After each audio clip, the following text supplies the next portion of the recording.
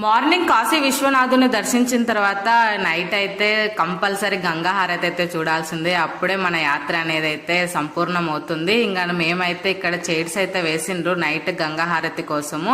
దానికోసం అయితే ముందే వచ్చి కూర్చున్నాం, లేకపోతే అస్సలు చిక్కదు ప్లేస్ కూడా. ముందైతే కూర్చుంటే పడవలలో దానికి మనీ అయితే పే చేయాలి, పర్సన్ కు 200 300. వెనకలైతే కూర్చుంటే ఫ్రీ అన్నమాట. ఇక్కడ చైర్స్ అన్ని వేసిండ్రు కదా. ఇంకా నైట్ అయితే గంగా హారతి మొదలైంది. చాలా అంటే చాలా బాగుంది.